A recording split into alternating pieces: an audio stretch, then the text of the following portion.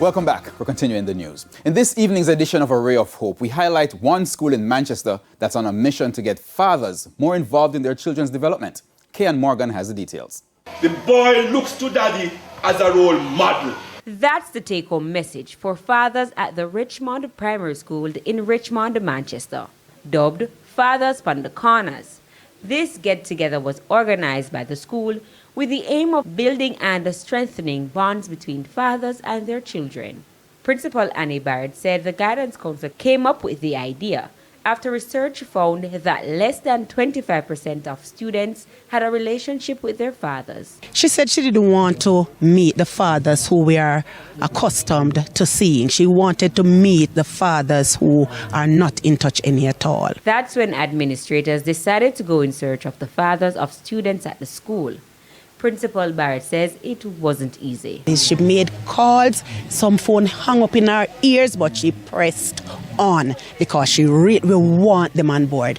Because we know that without the fathers, the children are failing miserably. And in some instances, when they see other children's father coming in, taking care of them, they're going to feel jealous, and sometimes they do not know how to handle the emotions, so it will come out in anger. And so sometimes we will have fights. Clinical psychologist Dr. Paul Smith was one of the many professionals invited to inspire the fathers. The father can be an effective role model, an effective guide, a protector, a provider, a friend, a carer, and a sign that all is well, right, in the family. And to ensure no one was left behind, administrators invited men from the community to mentor students who do not have a father figure.